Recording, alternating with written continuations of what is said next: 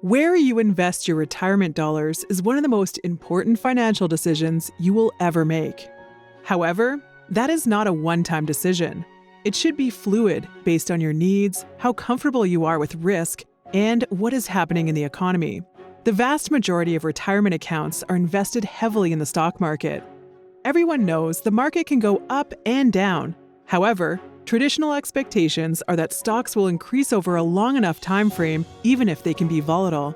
But when you are at or near retirement, a good or bad year is much more impactful, especially when you need to take out income.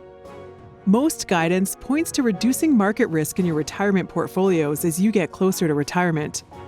This means taking money out of stocks and reallocating to lower risk assets such as bonds, CDs, or treasuries, where returns are primarily based on interest rates.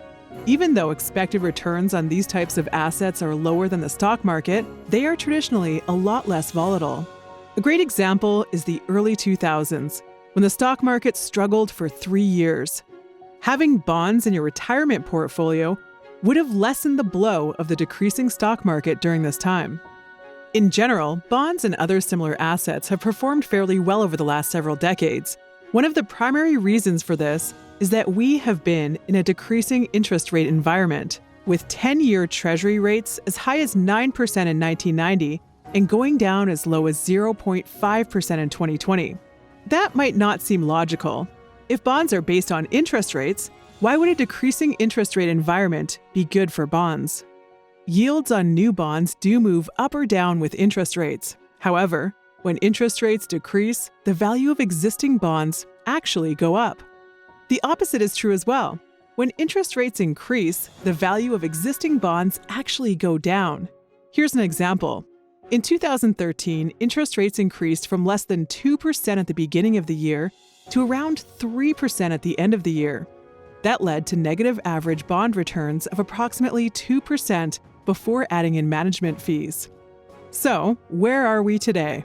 The stock market is still uncertain, and if you are close to or at retirement, you probably want to mitigate that risk.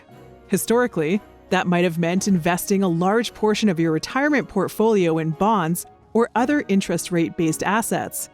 But if interest rates increase from here, then that will likely have a negative impact on the value of a bond portfolio going forward. Taking the current interest rate environment into account, many feel stuck between two potentially risky choices.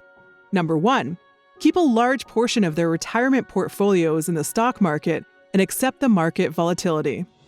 Or number two, reallocate to a bond portfolio and either have low yields if interest rates are low, or even worse, negative returns if interest rates increase. The good news is that there are other options. You and your financial professional should discuss whether repositioning a portion of your assets into insurance products designed to address these risks is appropriate for you.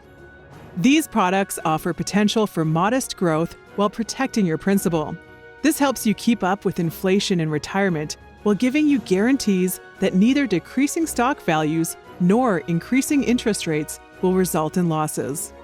Contact your financial professional today to learn more about alternatives available to address concerns about the stock market in today's interest rate environment.